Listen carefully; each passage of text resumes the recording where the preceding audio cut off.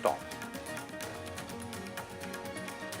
A massive rally in Kolkata on the occasion of 1 year of that Kolkata RG Kar gang rape case.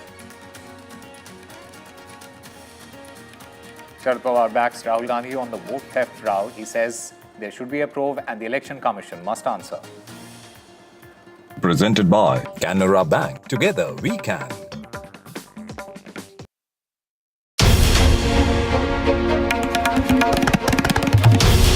This is NDTV, and you're watching NDTV 24/7.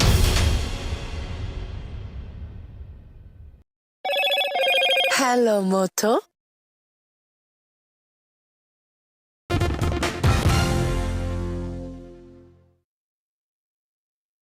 And on a day when the Indian Air Force Chief has put out the numbers of Pakistani aircraft destroyed by his surface-to-air weapon systems as well as missiles during Operation Sindoor, he's put that number at 6 aircraft knocked out from the air and an unspecified number knocked down from the ground. The first specific information put out by the Air Chief so far. I'm joined live from the United States tonight by John Spencer. He's one of the most well-known warfare experts, commentators and research scholars. John, always good to see you. After so much fog, after a lot of speculation, wasn't it good to see the Indian Air Force Chief actually talk numbers? Good to see you again, Shiv. Yeah, absolutely amazing updates to my research. On top of all the information that the Indian military already put out on the actual physical sites that were hit, bringing the evidence, which I think is critical to the claims by Pakistan, and these developments will be significant in my research, especially. And I'm a little bit jealous here, Shiv, about the historic long-range surface-to-air engagement by the S-400, because that would beat the 1991 U.S. military over 200-kilometer engagement during that war. So I want to see some more details, but that's pretty amazing. But also, I really appreciated the comments about, which is really important, the political control of the military's freedom to operate during the Operation Sindoor, which I viewed by every comment that the Prime Minister or the Minister of External Affairs, that symbiotic relationship during the operation, but also political of the objectives that the political establishment sets. This is some significant news for sure, and I understand why you're covering it so hard. You're right. There is no bigger story than this today. I happen to be in Bengaluru today, the city where the air chief actually made these comments. We didn't know it was going to land, because these memorial lectures are usually a pretty sober academic kind of affair, and boom comes the air chief, with the equivalent of a half-hour rain of BrahMos missiles in terms of information, because Operation Sindoor has had so much fog. You've seen some of it as well, John, so you know what I'm talking about. But yeah, you're right. The specifics is what makes the air chief's speech so important, so credible. This is an air chief, like I've been saying all day, who has routinely sort of disturbed the status quo. He's a man who kind of speaks his mind. He's rubbed the establishment, believe me, the wrong way many times in the past as well. So he's nobody's man. He is the Air Force chief, and when he says it, one usually takes it at face value. But let's unpack these things one at a time, John. 5 Pakistan Air Force fighters, and 1 large aircraft, to use the air chief's words, taken down by air defense action from the ground. He did mention the S-400 as well. I'll come to that record-breaking interception in a moment. But your words on, 6 aircraft knocked out in the air. Yeah, it would be significant. And again, this has been the difference that India brings the receipts, with satellite imagery, with the details. It would be significant. And this is why I've been studying Operation Sindoor so much, is that the details of both the military and political significance of the achievements, not just in defending Indian territory, but the ability to do this, to do these air engagements, because this was the biggest air-to-air engagement in modern history beyond visual range, and to be able to have these successes, each one of them studied in details. Also in the narrative war, though, this is significant because of the way that the media, mostly Western media, ran with this story of there's proof of one aircraft being knocked down, and just inferences and fantasy about why and how many, and taking every statement with validity. Yes, those air-to-air or surface-to-air engagements, hoping we get a lot more details, are significant in the not that it was needed. I mean, the dominance of the Indian military during Operation Sindoor is objectively conclusive by Yeah. not just defense but offense. Very true. Talking about this sort of record-breaking surface-to-air missile engagement in which an S-400 missile has been, categorically stated by the air chief, John, to have gone and hit a large aircraft, very possibly an airborne early warning and control aircraft of the Pakistan Air Force, is something else. Because, no military goes into a conflict trying to break any record. This obviously has just happened, by way of operations. And like you said, the last record was somewhere in the early 90s. It was a record that belonged to the to the U.S. Air Force. But this is wild at many different levels. This is a very serious business. But a 300+ kilometer range interception of a heavily guarded air asset is a very big deal, isn't it, John? Very big deal. And like you said, the last one recorded around 200 kilometers. So I think India should capitalize on that. That's a significant military achievement if it is, which I like you said, haven't seen there not to be any credibility of statements by the marshal or anybody else, but it will be significant and to be recorded and then studied as well, because this is that transformation that I talked about with Indian military technologies. Although the S-400 is a Russian system, nothing works in of itself. All the aerial platforms, as you just talked about, an AWACS system to be able to hit things like that, but also to have that visibility, electronic, all these bits and pieces that would make this historic long-range engagement possible need to be studied. Going from what happened in the air, which we're hearing for the first time from the air chief, and it's, right, it's incredible because he's put numbers to it. So far we were talking about conjecture, was it Right. 3, was it 4? Here he literally says 6 aircraft, 5 fighters, 1 large aircraft were knocked out in the air. And he says, he used the word F-16s. He used the word, it was in the plural when he was talking about aircraft that were destroyed on the ground. And he also referred to 1 other large aircraft, possibly electronic intelligence jet or a early warning aircraft also destroyed on the ground, which means that there was damage on the ground, which is something that we were reasonably sure had happened, considering the satellite images of the airstrikes on various bases.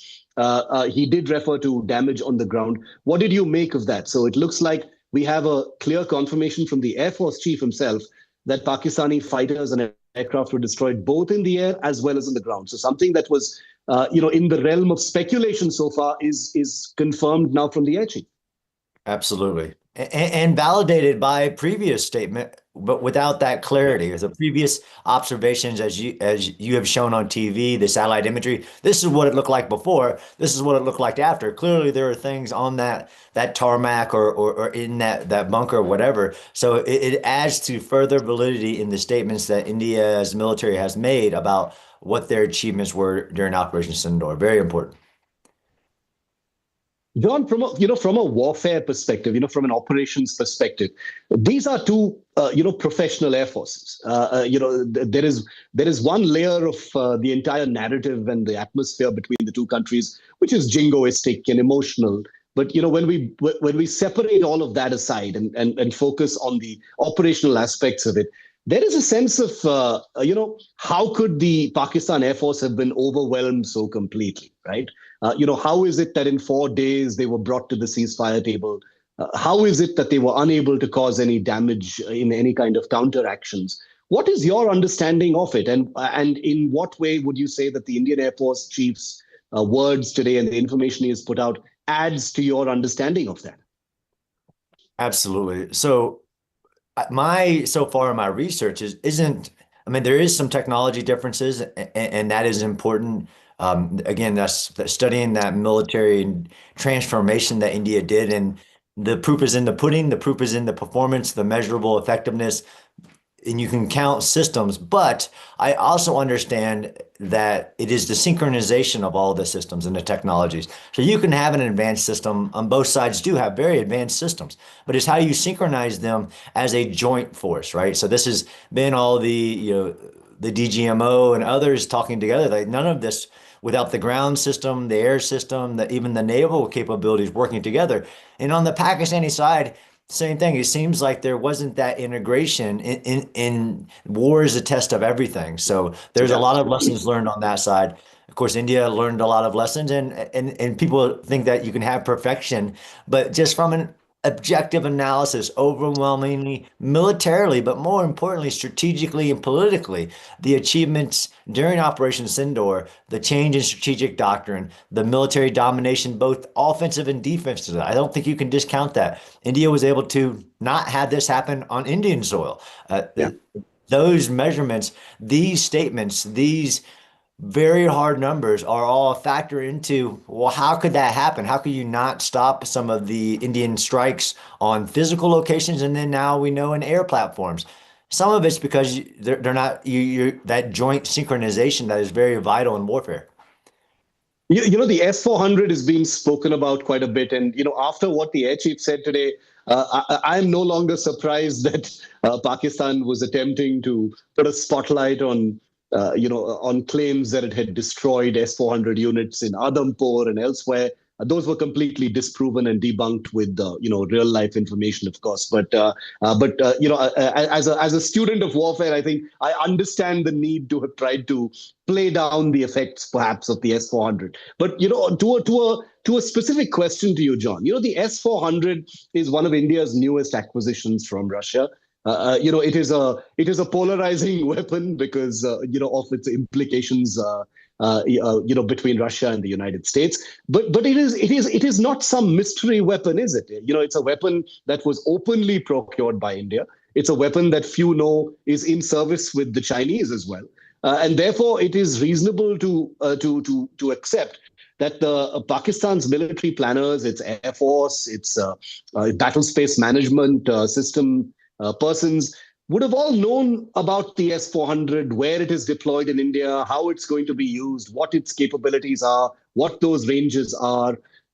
Why do you think the S-400 would have been so effective despite, the Pakistan military knowing full well what the S-400 can do? I'm sure the Chinese must have shared some information as well.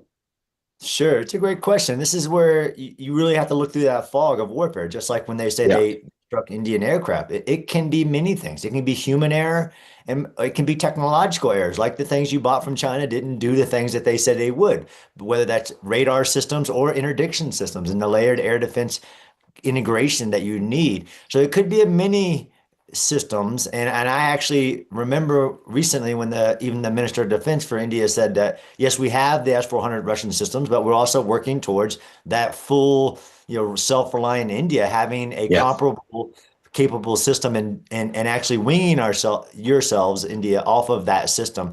But the reasons why it was so dominant, it could be a list of reasons. But again, I try to be as objective as possible on what was hit, what you said you hit. Okay, let me see some photos, let me see some satellite imagery, and you're right, they should have known about it. But there are a lot of surprises in Operation Sindoor that go beyond kind of the normal, surprises in the clash of two advanced militaries. I know you don't like getting into the politics of things, John, but I'd love to draw you into one tantalizing nugget that I'm very tempted to ask you a question on, which is that that India and the United States via Trump are in the middle of this narrative battle over tariffs. Trump, who is a character all unto his own, has upbraided India very publicly over its importing of Russian systems. It has blamed India, for being responsible for funding the Putin war machine and being responsible for the Russia-Ukraine war. And here you have the S-400 suddenly become front and center, in this speech by the Indian Air Force chief. There are all these geopolitical chess pieces moving on the board. But it is an interesting thing, I assume, even for you, to look at how a Russian system it has been mentioned by the Air Force chief at a time when India's purchase of Russian equipment has become a bone of contention with the United States. You're right. I don't do the politics because it's very contentious. As I have been watching NDTV, know about how contentious it is, and I understand absolutely. The S-400 has been proven in other locations as well as where the S-300 has not. I look towards the military capabilities, and the relationships are strong. You go through these turmoils, of course, and I stay out of that. I do military analysis. It is an interesting factor. I'd love to put a bromos on the entire conversation and focus on the advancements that India is doing in artificial intelligence and data and all of this made in India that will help the world, and especially its partners. No, it's interesting that you say that because just today we broke the news earlier today that India's defense production has hit an all-time high. There's been a big bump, especially after Operation Sindoor as well. So that is one statistic that seems to reflect the fact that India is increasingly looking at self-reliance, even though, the irony is missed on no one that we're talking about imported weapons as well, because India continues to have that dubious distinction of being a very, very large importer of weapons from different countries, including the United States. Last couple of questions, John.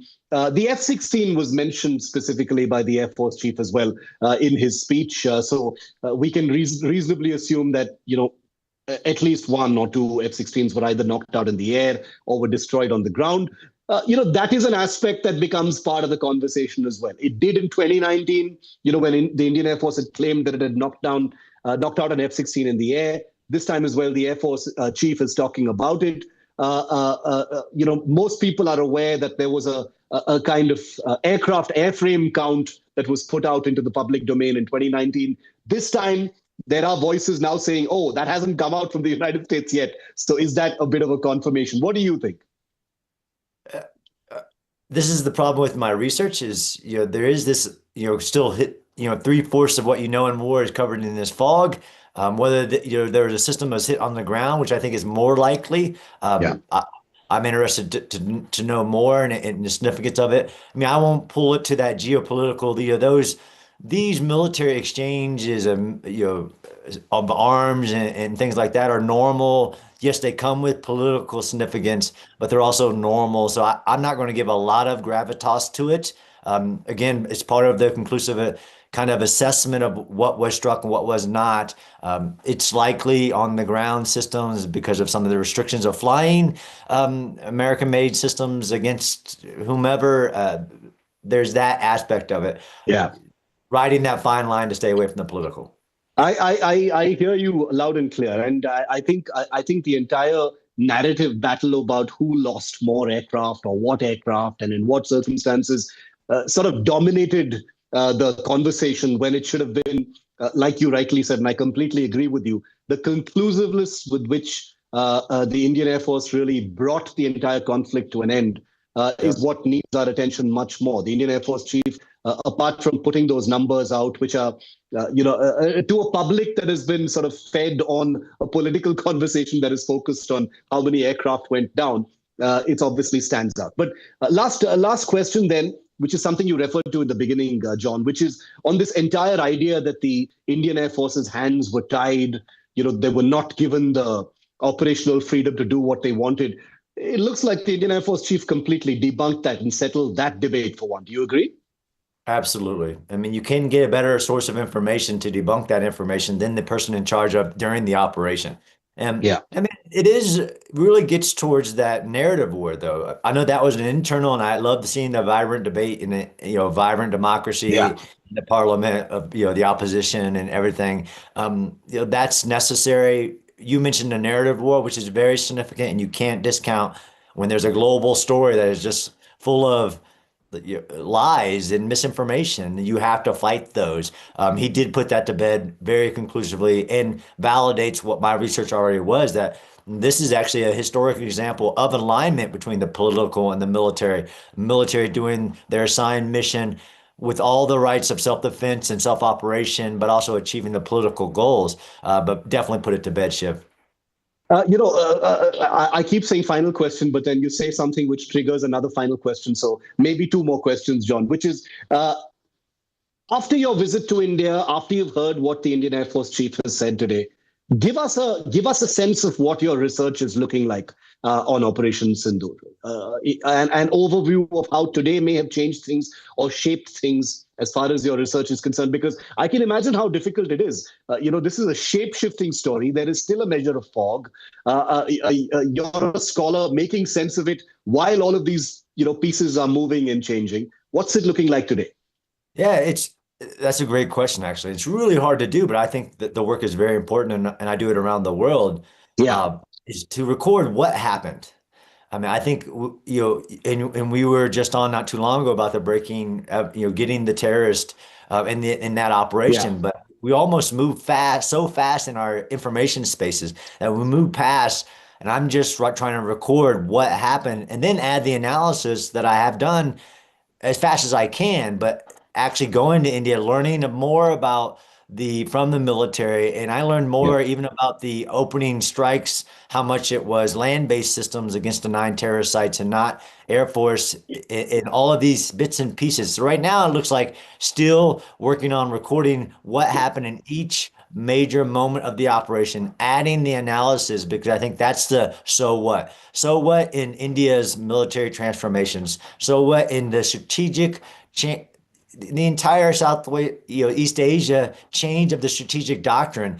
So I'm trying to do both and record what happened. And these notifications kind of like, okay, I got to go back and rewrite that section a little bit, because you do want credible sources. You want first person sources as well. Like you said, like if that's the chief saying, of the Air Force saying that that's not true, then I'm going to count that as credible in part of the research. But that last bit of analysis, and of course we have all kinds of news going around the world, and it's really hard as a researcher to breaking news. They say that there are years where history happens, and then sometimes there's days where years of history happen. And I think we're in those moments, especially during Operation Sindoor. Yeah, very well said. Did you, by the way, get a chance to meet with the Chief of the Air Staff when you were here, John? I did not, so I got to meet the DGMO. I had some good engagements and both political and military, but he was a little busy that time, which I fully understand. I have to come back. I got to come back. Yeah. You've got to come back. I mean, with the Air Chief putting out this information, I think your next visit to India is definitely indicated. But wish you the best. Thank you very much, John. It's always good to speak to you, and it's a learning experience, because your research is also in motion right now. So it's great to see someone actually tracking a difficult moving target and trying to pin down these facts. And I can imagine how today was very valuable for you, because after all these weeks, we've got some numbers, we've got some receipts from no less than the Chief of the Air Staff. And this is going to move the story forward. So I thank you for adding some insight to it, and we will continue to report the story. Thanks very much, John Spencer, for being with us on NDTV. Thank you. Thanks.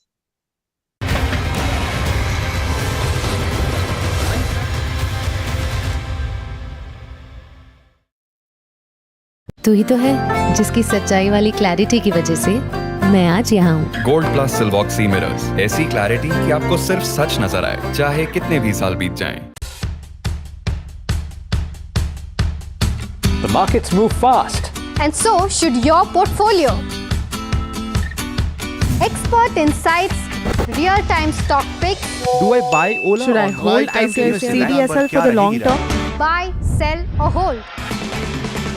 The answers you need, straight from the experts. Callers from India and across the world. Connect live, ask, decide and invest wisely. Your portfolio, your future. Ask Profit.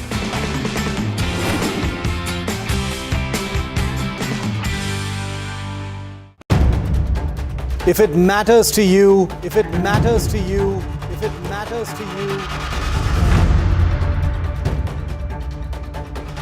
it matters to India. It matters to India. And it matters to me. And it matters to me. India Matters with Shiv, only on NDTV 24/7.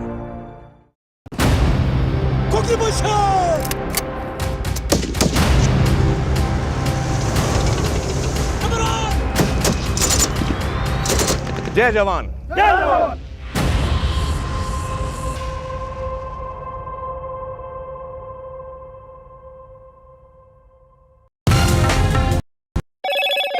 Hello, Moto. Moto G96 5G. All eyes on you.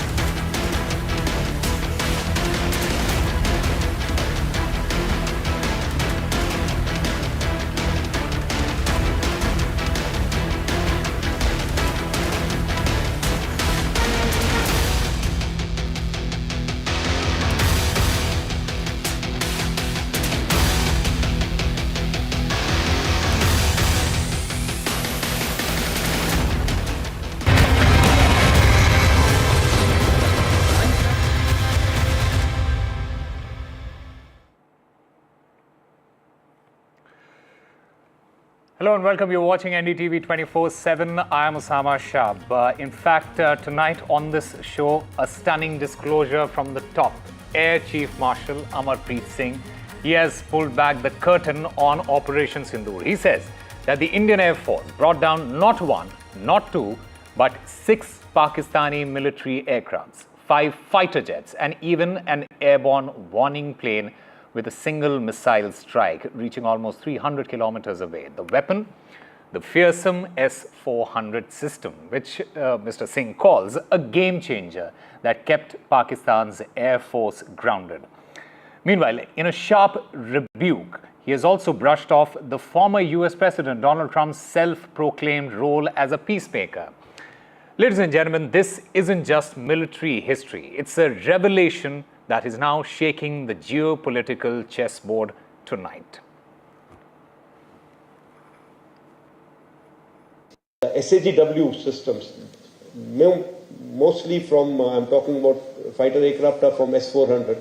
We have at least 5 fighters confirmed kills and 1 large aircraft, which could be either an Elint aircraft or an AWNC aircraft, which was taken out at a distance of about 300 kilometers. This is the actually largest ever recorded surface-to-air kill that we can talk about. And apart from, of course, this, there are a large number of UAVs, drones. There are some of their missiles which have fallen in our territory. We have recovered a lot of wreckage from this, which now is being studied so that we can make out what did they do, where were they launched from, what route did they follow, what kind of system do they have, whether they have, what generation those systems belong to, what all features do they have. So that study is going on, and it is going on even in coordination with DRDO. There was very clear political will, very clear directions which were given to us, and there were no kind of restrictions which were put on it. There have been talks about, was there any restriction, were you kept constrained? If there were any constraints, they were self-made. We, the forces, decided what will be our rules of engagement. We, the forces, decided what will be the escalation ladder that we want to ride on. We decided how we want to control the escalation. So I want to make it very clear, there were no, I repeat, no restrictions on us. Full freedom was given to us to plan and execute. I must say that, that our attacks have been calibrated because we wanted to be mature about it. A little bit on that I'll come to later. There was synchronization between forces. All 4 of us, CDS, the 3 chiefs. I must say here that the post of CDS has made a difference there.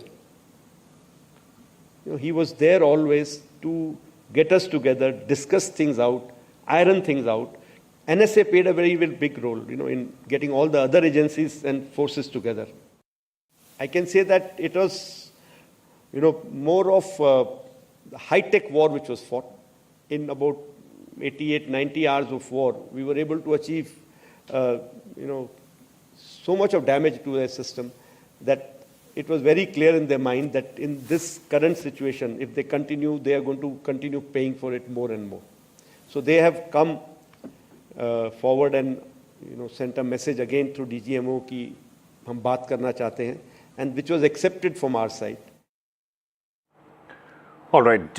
Joining us on the broadcast is Major General SVP Singh, the former Additional Director General, Artillery, Strategic Affairs and Defense Expert. He's also a war veteran of the 1971 Indo-Pak War.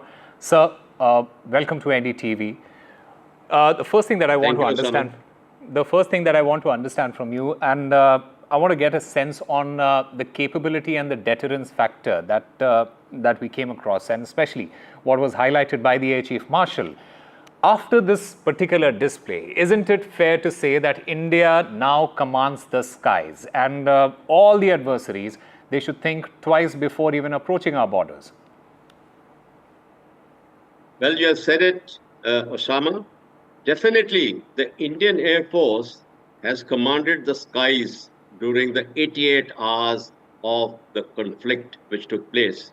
And it was a master stroke of command planning by the military commanders, as the Air Chief has mentioned, all four of them. The synergy was all there to see. And I think I would like to go back, the two meetings which came up on the media, and you all were showing, which the Prime Minister presided over when all the four chiefs, the Defense Minister and the NSA were present, showed the synergy which was there and a message to the world that our chiefs are together with not only the government but with the nation. And here is where the Air Force then played its role. Look, in 22 minutes or 23 minutes, 9 targets ranging from POK down to Bahawalpur, the heart of Punjab, Pakistan, had faced the might of the Indian Air Force in 22 minutes. Now, such precision and timing and, the target matching which took place along with the weapon system is commendable. I think it will be a study. India has emerged in non-contact warfare beyond visual range. How to engage targets, how to determine and project its power is there for other countries to study. 2 nuclear countries. You see, there have been only 2 nuclear countries which have gone to war against each other. One, I will trace it back to 1969 with the Soviet Union and China, which was along the Mississippi River. But the second and third one have been the Kargil and now this Sindoor. So India has also given a great message how to manage the nuclear deterrence and how to subjugate the nuclear blackmailing, particularly of Pakistan. That also has come out very loud and clear. And look at the targeting, what the Air Force did on 9th and 10th May. 11 air bases, military air bases, targeted, selected, and then delivered the TNT, delivered the might of the Indian Air Force, whereby the DGMO, Pakistan DGMO came requesting. Which was done to the airfields was also tremendous. Look, the aircrafts, the hangars, the radars, the AWACS, they were all targeted. It shows the capability of the military planners, in this case the Air Force, and also the targeting capability of precision might, because we targeted them bang on. And Chaklala, the Noor Khan Air Base, near to Islamabad, near to the Karana Hills, delivered a message of its kind, higher than a strategic deterrent, I would like to say that. What is also quite interesting is the political and the global context of what has come out, sir. The Air Chief Marshal, he has dismissed Mr. Donald Trump's peace claims. And by dismissing those claims, is the Air Chief Marshal making it clear that, look, India's security, it is safeguarded by India and not foreign mediators? Absolutely. See, India, I would say, since independence, has shown earlier non-alignment to stand on its own feet, though it was an underdeveloped country that time. And now a developing power, projecting power, what has come out is that we are there to stand on our own. We will exercise strategic autonomy with a force. We may even punch above our power which we have, but we will project our power. And here it is, we had no interference. What one can accept in diplomacy and statecraft is that there are nations who are playing up to say, okay, war should be stopped, war should be controlled. It has been done in every war. Russian-Ukraine war, it's been done, not achieved results. Israel, Gaza, it has been done, not achieved the results. So if the powers are playing that role, it is a statesman-like role. I can grant it to the other countries. But within that, someone dictating to India that ceasefire was imposed by them, well, it was not so, and it will not be also in the future. Yes, their vice president speaking to our prime minister, their secretary of state indulging, is one factor of statesmanship of the nations, both nations. Herein, I would say Saudi Arabia also came in the media news, and so did the UAE. So maybe the Americans played their part a little more in the background, which is a welcome step. But India was not dictated. You see, look, what we did, our military actions crossed the previous thresholds. And in the terms of geographical reach, in terms of system employment, and in the terms of results produced, you know, it was a tremendous show, and it was a show to the world.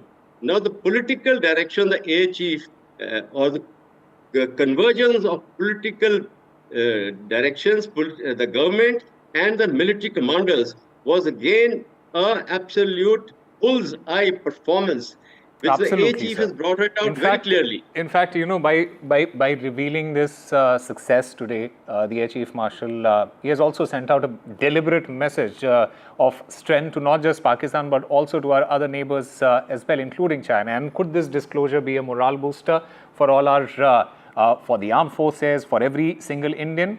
We can very certainly say yes. Major General SVP Singh, thank you very much, sir, for speaking with NDTV. Thank you, Osama. Meanwhile, the fight in the skies, it may have paused, but the real battle, it has now landed squarely in the political arena. With one statement, the Indian Air Force Chief, he has detonated a truth bomb that's rattled the opposition's strongest talking points. For weeks, Mr. Rahul Gandhi, as well as the Congress, they claimed that India lacked the political will during Operation Sindoor, that our armed forces, they fought with one hand tied behind their back. This is what Mr. Rahul Gandhi had said in the parliament as well. But the Air Chief Marshal, Amarpreet Singh, he says otherwise. And now, this political fallout is unavoidable. The parliament will turn into a combat zone where the stakes are no longer about aircraft and airspace, but about credibility. And the question is, who's been telling the country the truth and who's been playing politics with it? We'll try and get a sense of that. But listen in to what Rahul Gandhi had earlier said. Meaning you went into Pakistan, you attacked Pakistan, and you told our pilots, do not attack their air defense system. Meaning you told our pilots, go and attack and face the air defense system of Pakistan. Meaning, you tied their hands behind their back. Because he has the blood of the people of Pahalgam on his hands, the goal of the exercise was to make sure that he used the Air Force to protect his image. The forces should be used with freedom. If you want them to be used, you want to unleash a tiger, free him. Do not tie his hands behind his back. Do not go to the Pakistanis and say, listen, don't escalate. Then go all the way. Then fight properly. and defeat them once and for all. Our objective was very clear. Our objective was to teach the terrorists a lesson that they will think twice before doing something, or they know what kind of price they can pay. And once we have achieved those objectives, we should look for all windows of opportunity to stop that, rather than just continue. We were actually on a song that night. I hear from so many people. I don't want to say that, but some people very close to me have said, "Aur marna tha."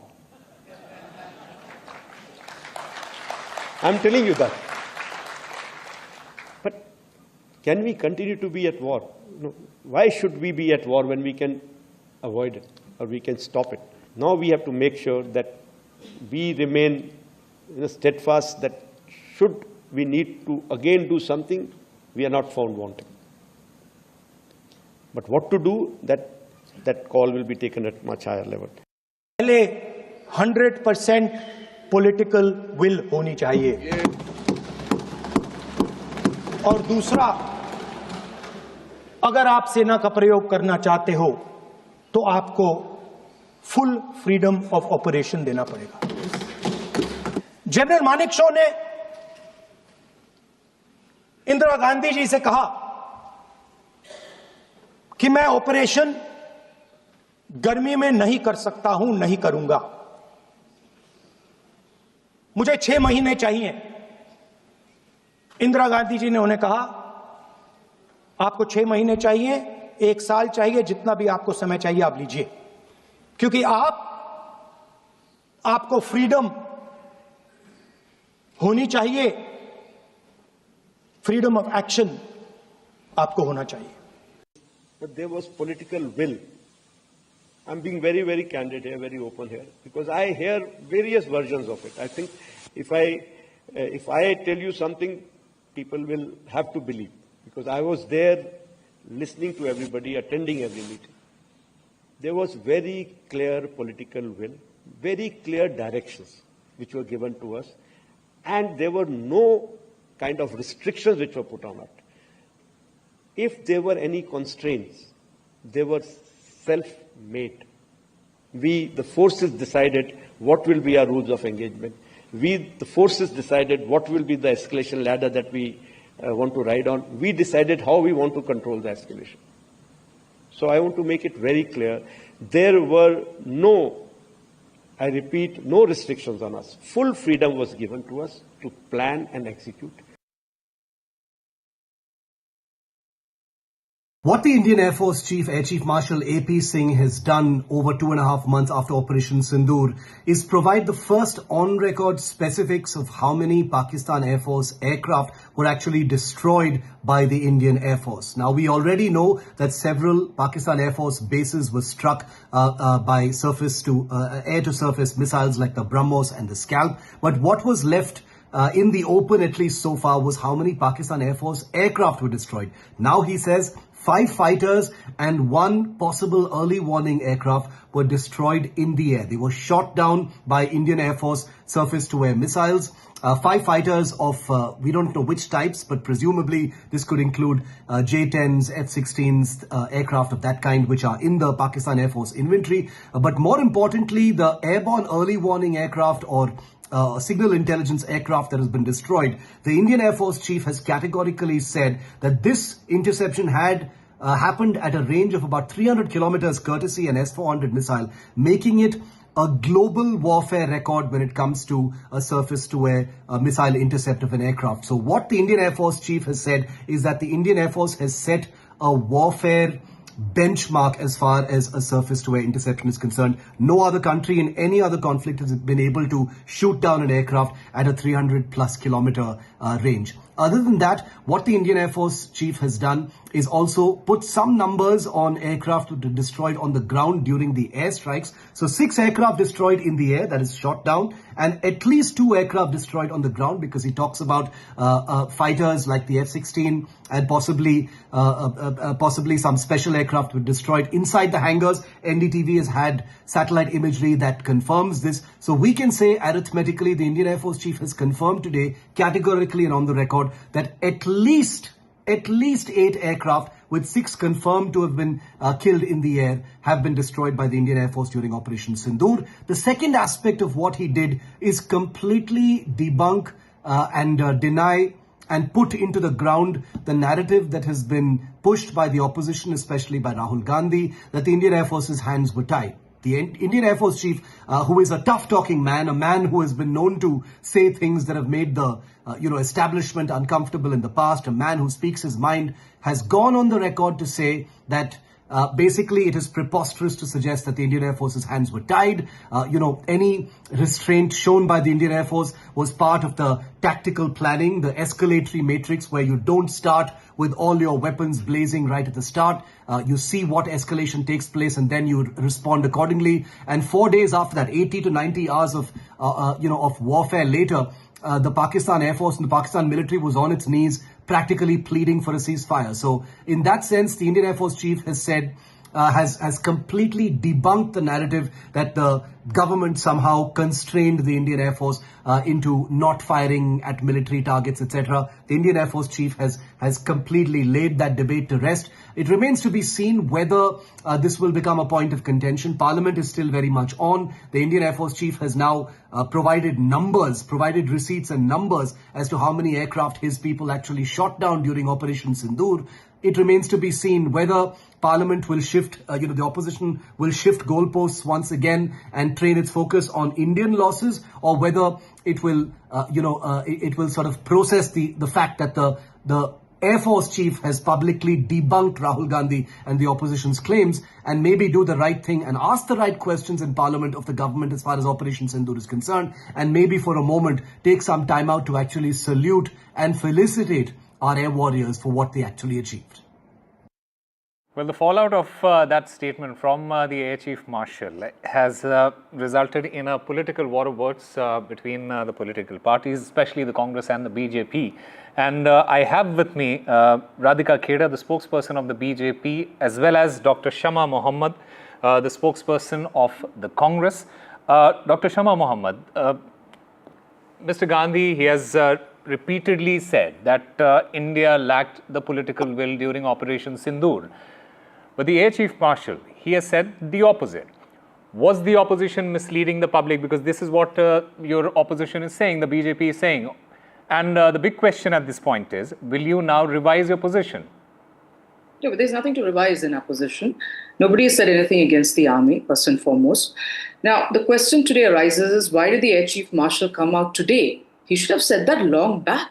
Why is it that he comes out all of a sudden today and tells? He should have told us this. We are very proud of the army. We are very proud of the Air Force, and kudos to them. But let's understand, the CDS says in a Bloomberg interview, exact words of his, he said that tactical mistakes made by the military during the initial stages has been remedied. So there were some mistakes.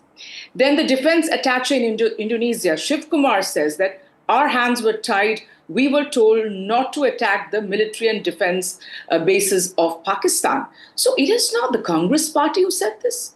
It is the Air Force, it is the defense attaché, it is the CDS.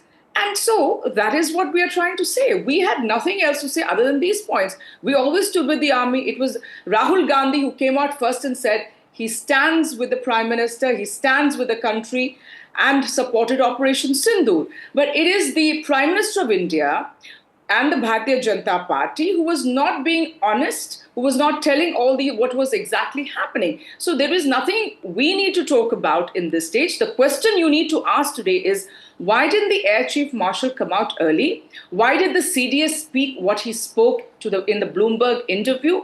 Why did the defense attaché in Indonesia say that our hands were tied? So why are you always coming after Rahul Gandhi? Do you have an agenda here on NDTV? Or is your chief or CEO after the door of Rahul Gandhi? Well, I can only say there's nothing else other than this. Because Rahul Gandhi stands always with the country and has always stood with the country and will always, as opposition, we have right to ask questions, just like the Republicans as well as the Democrats asked Trump about his action in Iran. So that's what happens in a democracy. One asks questions. Okay, Radhika Kheda, do respond to that.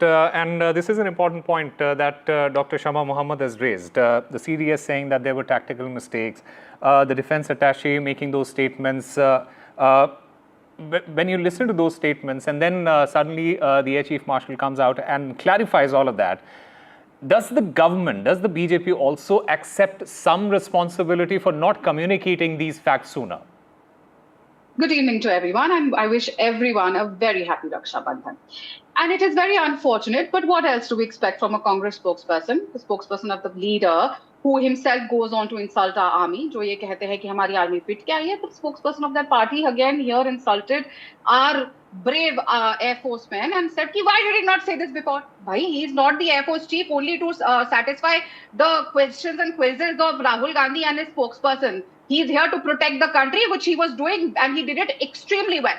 Now, tonight, as we confront a narrative, Osama, that crumbles under the weight of facts, clarity, and sheer patriotic conviction, Rahul Gandhi, the forever on oath challenger, stood up in Parliament and in court of public opinion, he claimed that our pilots entered Operation Sindoor with their hands tied. He insinuated that our fighter jets were failing and even invoked a vague assertion by President Trump that 5 jets being shot down were India's jets. Now, his rallying cry that Modi ji, what is the truth? The country deserves to know. He even demanded the Prime Minister summon the courage of Indira Gandhi, the same woman who ended up putting emergency on the country. We should have the courage of Indira Gandhi and call Trump a liar, unless Rahul Gandhi will believe that our planes were lost and our political stand was compromised. Now enter our Air Chief Marshal, our resolute hero, our rock-solid projector. With clarity and conviction, today he dismantled every whisper of doubt. 5 Pakistani jets and an AEW and C aircraft were confirmed shot down. This is the largest ever recorded surface-to-air kill during the operation. He made it crystal clear that there was no external constraint, no interference, no hands tied the same way that they were after 26/11. Okay. Full freedom to plan and execute. Strategic, political will and precise execution were 2 pillars of the success of Operation Sindoor.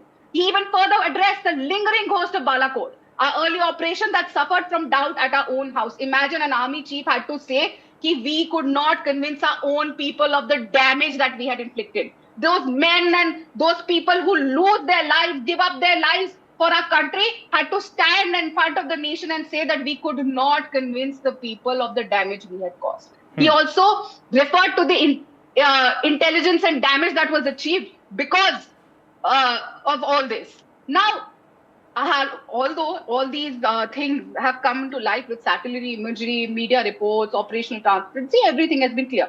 So tonight, Osama, as you asked, whether the IAF chief deflated Rahul Gandhi's narrative, unequivocally, yes. In one stroke, he ended the haze of speculation. He reaffirmed that India's resolve was never hampered and that Air Force was unleashed and our strategy was decisive and discreet. It's a triumph. Let me complete 30 seconds. It's a triumph of truth over theatrics, bravery over buffoonery. All right. The IAF chief have to make people not just responded. He was a surgical strike against Rahul Gandhi's falsehood in Parliament. Radhika Kheda, we got your point. Shama Mohammed, do respond to that because the Air Chief Marshal, he has said that the political will was the reason for this success. What the BJP is alleging and is questioning is that are you now ready to say publicly that the Modi government gave the forces a free hand? Because Mr. Gandhi had been making that statement that, look, their hands were tied. Rajnath Singh should come and talk about this in Parliament. Question is, why did he not say this earlier on? Number 2, if he was so ahead, we should have flattened all the terrorist camps there. We should have gone ahead. Why the ceasefire? What happened to the 56-inch ki chati? Why did we go for the ceasefire? They keep saying DGMO of Pakistan came, Americans told them, whatever. We shouldn't have gone ahead. Why? We listened to the DGMO of Pakistan who goes for a ceasefire. That is what India is spineless. That's what we... See, when we were in power, it was said and done. We divided, Pakistan into 2. So you cannot even think about that. I mean, Modi cannot think about it in his 10 lives. I mean, my thing today is, like the Air Marshal said, we were ahead. We downed the aircraft, hats off. Then finish those parties. They are the ones who talk about PAK, we are going to capture it. What does Amit Shah say morning, noon and night? Were you even abusing like your leader does in Parliament? No. I'll give you the chance to respond. Radhika Kheda. Please go ahead, Shama Mohammed. Please go ahead. Today is why the ceasefire? Why didn't Rajnath Singh not say this in Parliament? We all debated Operation Sindoor in Parliament. Why didn't the Prime Minister not say? Why didn't Amit Shah not say? Why was this kept as a secret when Operation Sindoor debate was happening? And I'm telling you, why the ceasefire? None of us wanted the ceasefire. We should have gone. Okay, Radhika Kheda, very quickly respond to what Shama Mohammed is saying, because she's saying that the Raksha Mantri, the Defence Minister, he should have put out these facts when the debate was happening in the Parliament. Why didn't he do that? Osama ji, I refuse to respond to an anti-national Congress spokesperson who calls India spineless on NDTV. You should have immediately thrown her out from the debate. A Congress spokesperson on your channel has called India spineless. Spineless Prime Minister This is the reason why the Congress did not speak in between. Osama ji, kindly mute this anti-national lady. I request you to kindly mute this anti-national lady on the show today. Radhika Kheda, please make your point. Shama Mohammed, we have given you the time to respond. We have given you the time to speak. We have given you the time. We have given you the time to speak. Radhika Kheda, please make your point very quickly, ma'am. Radhika Kheda, please make your point. I refuse to shake face with an anti-national Congress spokesperson. She is an anti-national lady who first mocked our hero, our cricket captain, and today she has called India spineless. Madam, it is you who is spineless. I said Modi is spineless. You're a joker. You know, Radhika, you should stay at home. I refuse. You're a joker. Are you okay with debating with a woman who calls India spineless? Are you okay with that, Mr. Osama? I have to leave this debate is going nowhere. Radhika Kheda and Dr. Shama Mohammed, thank you very much for sharing your views. The Air Chief Marshal, he has he has admitted that forces couldn't convince their own people, and this is something that we are witnessing at this point of time in some different capacity as well. Two political parties fighting it out here, and there is going to be a debate, further debate in the Parliament as well, and we'll have to wait and watch how things unfold there. Time for a very short break. More news and updates on the other side.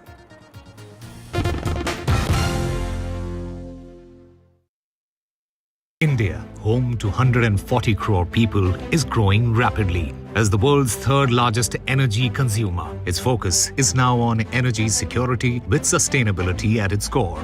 Join Green Rev 2025 on NDTV, where leaders such as Nitin Gadkari, Ram Mohan Naidu, Prahlad Joshi unveil how biofuels, green hydrogen and rural innovation will fuel India's net zero future. Join the revolution.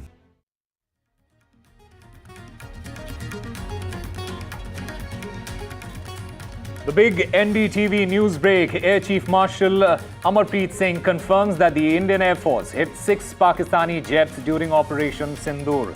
This is the first formal confirmation of the jets shot down by India.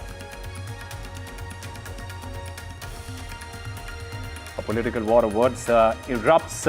The Air Chief Marshal, he says that he couldn't convince our own, and the BJP says that Congress mocked the armed forces, and will Rahul Gandhi now apologize?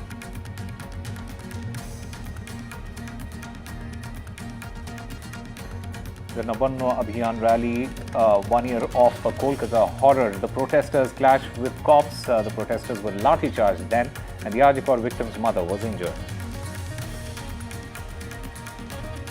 Sharad Pawar backs Rahul Gandhi on the vote theft. Rao Pawar seeks a probe. He says Election Commission must answer.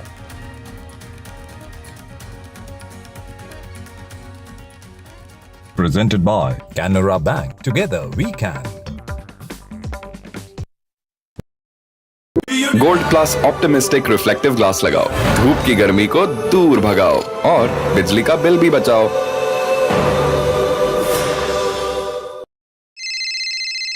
Hello बोलिए madam, डब्बा tending कब से चल रहा है पता है madam आपको? हम और आप तो जन्म भी नहीं हुआ था हमारा। We investigated a shady advisory firm that has spent big bucks on advertising on the front pages of national dailies. ये आपको बिल्कुल उसका ऐसा हल्का सा भी खौफ नहीं है। मैडम एक बार को खौफ किस लिए रखना चाहिए तो बताओ, कौन सा गलत काम कर रहा हूँ मैं? After our report, we also saw NSE came out with a cautionary circular to the investors. Market Regulator Securities and Exchange Board of India has also come out with a release talking about the actions that it has taken. Cyber complaint has also been filed against the entities involved in this entire Dabba trading scam.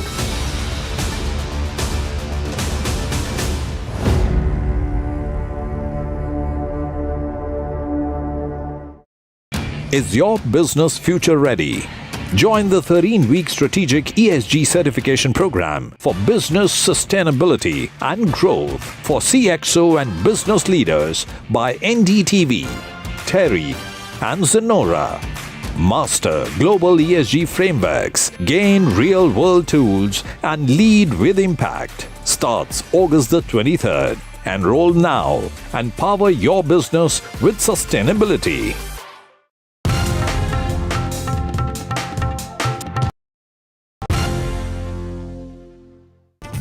Good evening and welcome. The big story that we've been tracking through the day, startling revelation by the Chief of the Indian Air Force, Air Chief Marshal AP Singh, where for the first time he's come out with detailed statements where he says that during Op Sindoor, 6 Pakistani aircraft were shot down by the Indian Air Force, besides which there were aircraft which were targeted on the ground as well, which were destroyed inside hangars. We're going to be bringing you all of those details. It's taken a few months, but the Indian Air Force Chief, in a talk in Bengaluru today, has come out with some of the most startling details on the success of India's operations during Op Sindoor. This is evidence that the Indian Air Force says is absolutely clear.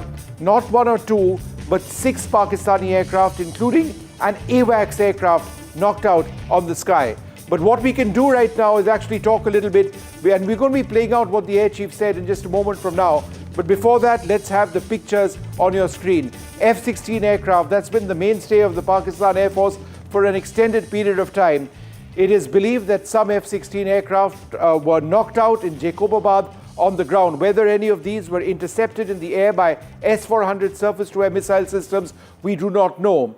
Let's bring you images, other images as well. Let's go through all of the fighter aircraft. This is perhaps the most significant one today. This is a Saab Eri. This is one of the most advanced radar warning aircraft that the Pakistanis operate. It is the most advanced. They operate a less advanced Chinese variant as well. And what the Indian Air Force Chief did say is that at a range of 300 kilometers, which would be a record, one of those Eris was intercepted by this system. This is the S-400 surface-to-air missile system.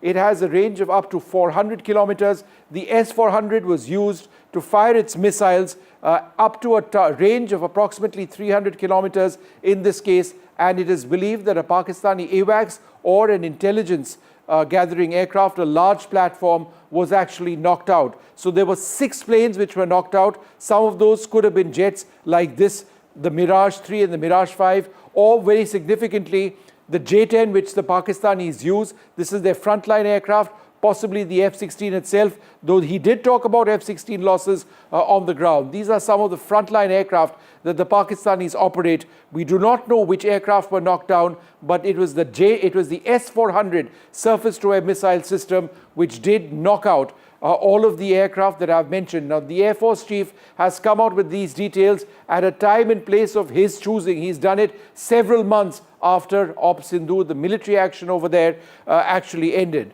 But let's also talk a little bit about the ground strikes which did take place, because there is new footage which has now emerged as well. This is actually from a loitering drone, and you can see the target over here. This is of the Arifwala radar. You can also see images over here of before and after the attack, before attacking over here and an after attack right below. And the Indian Air Force says that this radar head was damaged. This is new evidence coming in of the extent of the Indian Air Force strikes. Let's move to the next couple of images that we see. This is the Chunia radar. Again, this radar has been damaged. It's blackened out in the top, so that's been damaged as well.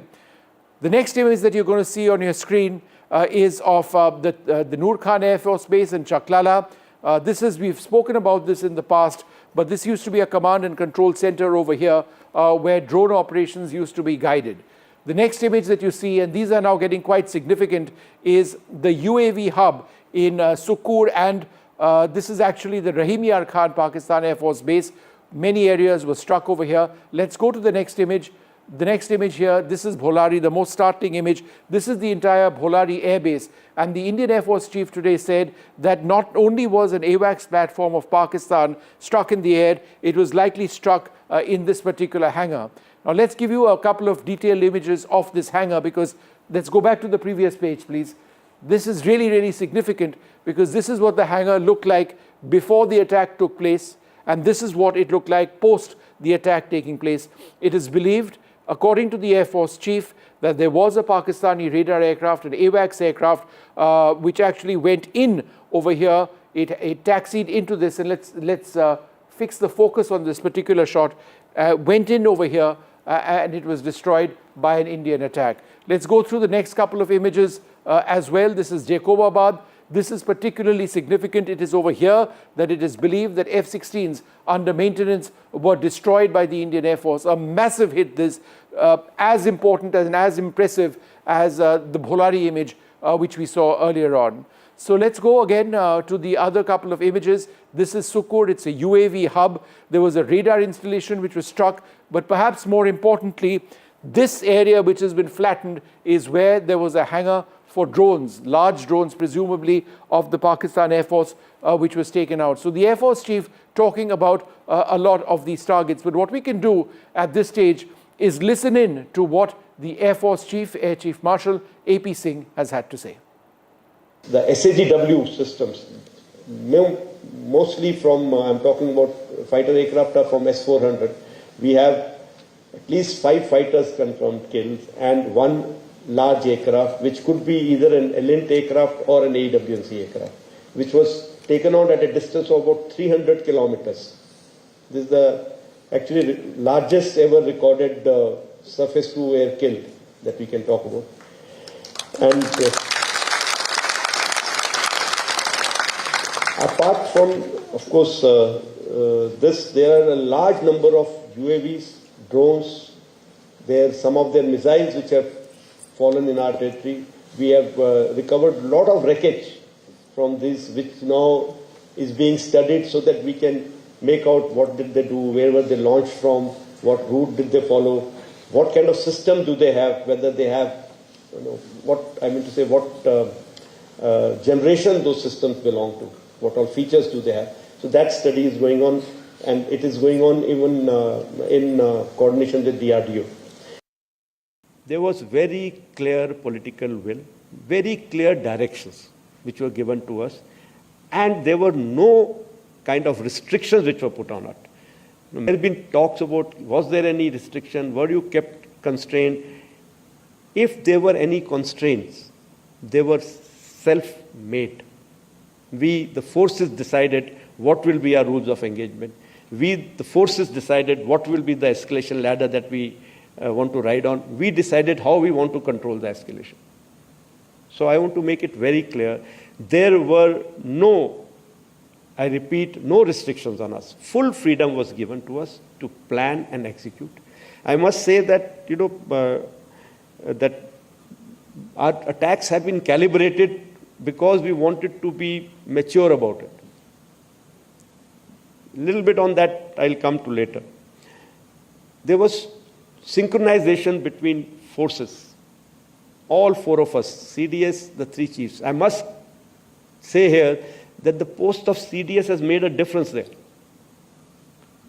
He was there always to get us together, discuss things out, iron things out. NSA played a very, very big role, in getting all the other agencies and forces together. I'm joined now by my colleague Shiv, Aroor, also by Air Marshal Anil Khosla, Angad Singh, a defence expert, very well known as an air power expert, Group Captain Ajay Ahlawat, and Lieutenant General Rakesh Sharma. I'd like to thank you all very much for being with us. Shiv, let me come to you first. That last statement by the Air Force Chief which we saw, where he said that there was no restraint, he did things the way he wanted. How significant is that remark in the context of what we've seen recently in Parliament? Well, given that the Indian Air Force Chief is a man who is well known to call a spade, he has frequently disturbed and upset the status quo. he has, quite often and in our recent memory, rubbed the system and establishment the wrong way. I would believe what he says. This is a man who has demonstrated that he doesn't really care about ecosystems and and troll armies and narratives and things like that. And this sounded to me very much like a soldier calling it out.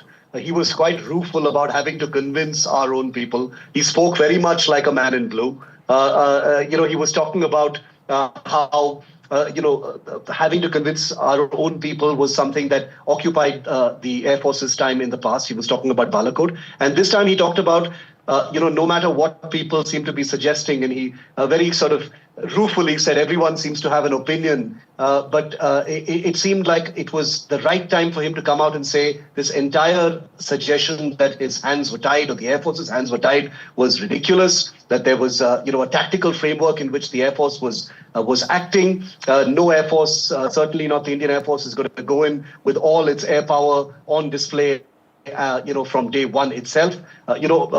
Were any aircraft shot down? Sure, this has been suggested in the past as well. You've reported it as well. But as far as the Air Force's actions are concerned, I think he's made it very clear that there was no question of hands being tied, any political restraint. On the contrary, he said there was total political will and freedom of operations given to the Air Force today.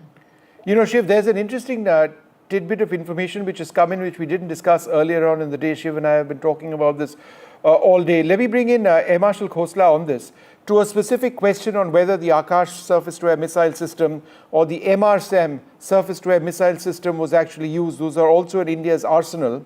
The chief actually said that no, it never got down to that because the S-400s knocked down whatever they had to. How significant has the addition of the MRSAM? Let me put that to Air Marshal Anil Khosla. How significant is the addition of the S-400 to the Indian Air Force? Yeah, Vishnu, Chief, actually I attended the talk in the morning today, and relating to your specific question of what he mentioned was the air defense system, the whole ecosystem of air defense, we call it integrated air defense system, worked very well. The radars as well, all the weapons of different ranges, they worked in very well. And of course, he praised the S-400 as a game changer, and he brought out, like you also covered, that aircraft was shot down by S-500, and a sort of a record of a big aircraft being shot down at almost 300 kilometers. As far as MRSAM and Akash system is concerned, he mentioned about them also that they performed very well, and they were instrumental in utilizing some of the long-range vectors and which were thrown at us from Pakistan side. So he praised the entire AD system as such, and he made specific mention for Akash and S-400 and MRSAM as well. Okay. Angad, in terms of what we are now hearing, 6 Pakistani aircraft, including an AWACS platform, knocked down, how does this turn the entire narrative on its head? I think, Vishnu, it's a welcome piece of information. And I personally think the AWACS skill is the most important. Manned tactical aircraft always suffer in skirmishes like this, and I expect it to do so. So a welcome piece of information, but I still think that I hesitate to use the word irrelevant, but certainly less important in the grand scheme of things, because OCA, offensive counter-air, is still the holy grail of air operations. Neutralizing enemy air power on the ground before you even have to face it in the air. That's the holy grail of air power, of the application of air power. And the Indian Air Force has already comprehensively demonstrated that in May, and dominated the OCA landscape, hitting all its targets, all the bases that the Air Chief mentioned, while Pakistan was unable to hit a single target on our side of the border. In fact, Air Marshal Khosla, let's talk a little bit about that offensive air power. Where the Indian Air Force took out not just hangars and in the process destroyed aircraft to the ground, but also for the first time we are seeing some new images of strikes on radar installations. There were several, and let's have the images up on our screen. How significant would those be? Yeah, so Vishnu, like Chief brought out and he summed it up that almost 6 radars, big and small, were attacked, 2 command and control centers were attacked, 3 hangars were attacked, 2 runways were attacked. So, and he said all the airfields were attacked from north to south, east to west. And what he mentioned was, which is rightly we also discussed earlier, that the message was very, very clear. And it was not that one airfield was decimated totally and all the target systems, which I call it, on the airfield were destroyed on one particular airfield. Here the message was very clear that we are attacking all your airfields. We can hit you wherever you are. Number two, by attacking different types of targets at different places, from hangars to command and control center, even underground installations, the message was that we can hit every type of target and wherever it is located. And that, I think, message went strength 5. And that's when I think Pakistan realized that, the damage can be extensive. And that's when they called for, halting the operations. Shiv, why did the Air Chief make these remarks now? Why did he not make them before, let's say, the Parliament session?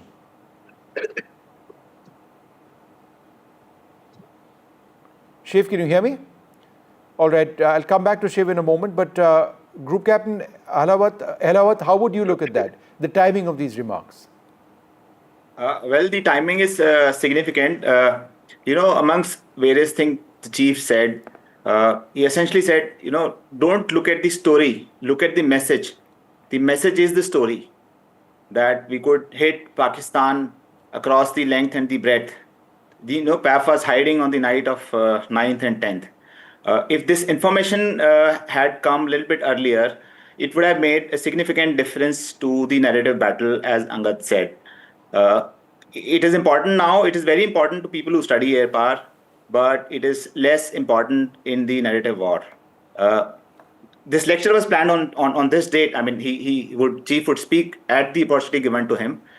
It is my reading that if these things had come out a couple of days earlier, it would have taken up some more time in Parliament when the subject of Op Sindoor was discussed. But my narrow point before we move on is that all of us have been saying for a while, lie has speed and truth has endurance.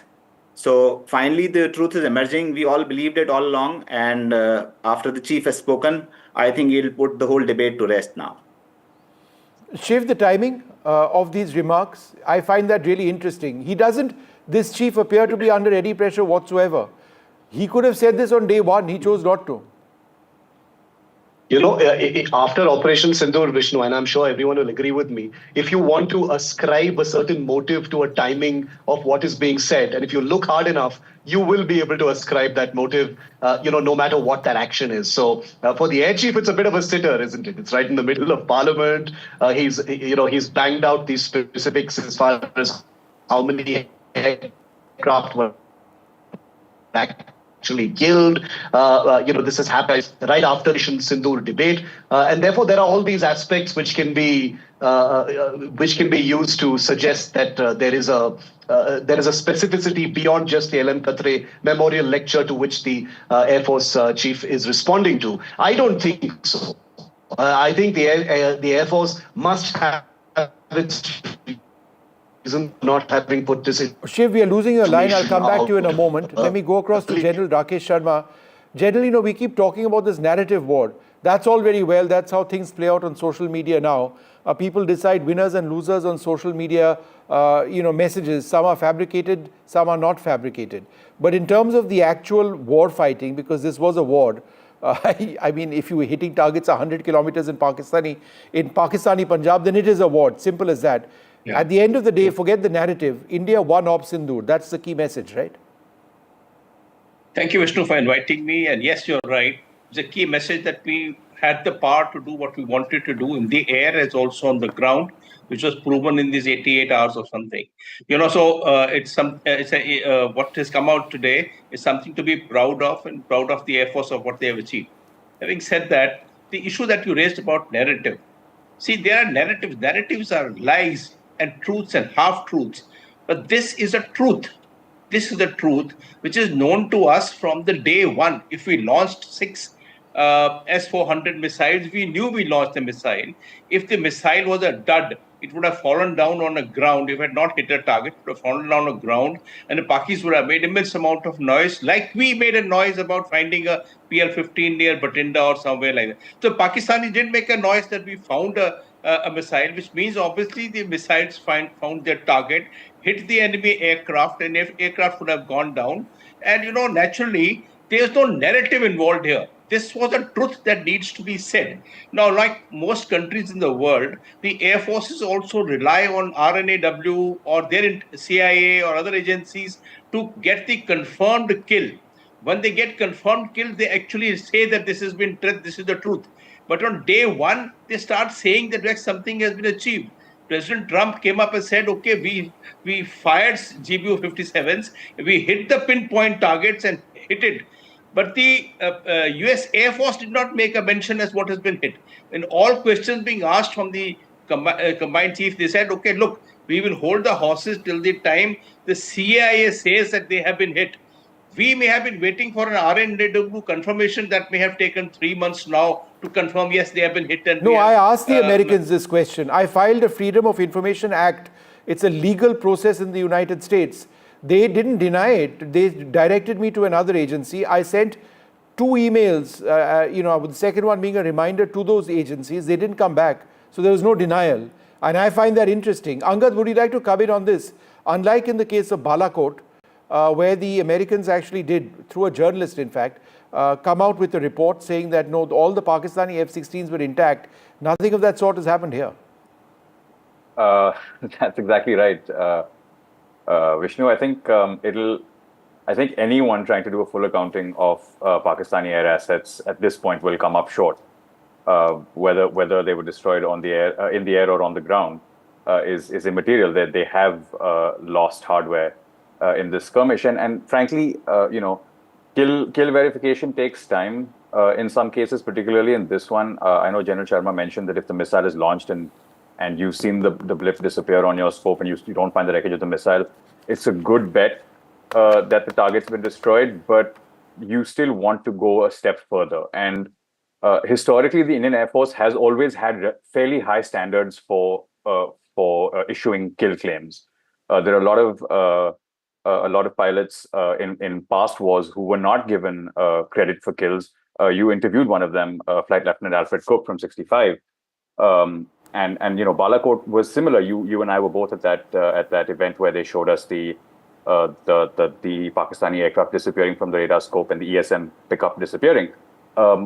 Look, every Air Force, every country will have different standards for declaring a kill, and ours tend to be fairly tight, and some other countries, such as Pakistan, tend to be fairly loose. And so that's probably why it's just taken 3 months for us to formally issue these claims, even though, again, as General Sharma said, they've been floating around since May.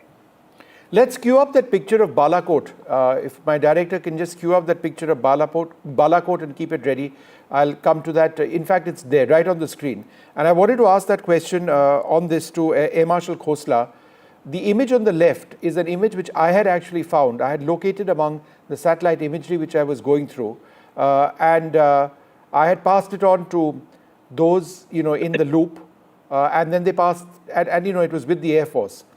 And the Air Force had consistently argued that, no, Vishnu, this is great because this is actually evidence of the penetration of Spice 2000 weapons, right? But then nobody seemed to buy that. Today, the Air Force chief said that in 2019, we had a problem. Nobody accepted what we were saying, but we had a lot of evidence, including human intelligence, to show that we hit that Pakistani site. The image on the right is also an image which was released today. That is the Muridke. Let's have that up full screen, please. And that image is actually interesting. Let's have it full screen, please. That image is interesting because it actually shows a single dot right inside the roof or on the roof. And the one on the left, which is Balakot in 2019, it has those 3 dots as well. If you look at it, you'd need to look 10 times before knowing what exactly it is. But the point the Air Force chief was mentioning is that in the case of penetrator weapons, you don't blow up the entire thing. So Air Marshal Khosla, this is interesting. We have other pictures of Muridke, so we know we hit. In the case of Balakot in 2019, we didn't have those. But this is how weapon systems operate. It's not necessarily a big bang as people expect. Yeah, Vishnu, you brought a very valid point, and Air Chief also mentioned, the ghost of Balakot has been laid to rest.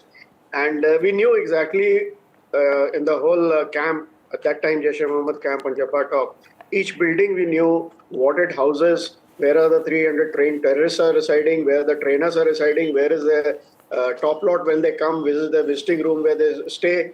All those details we knew, and accordingly the targets were selected, and we knew exactly how many weapons are being targeted at which building.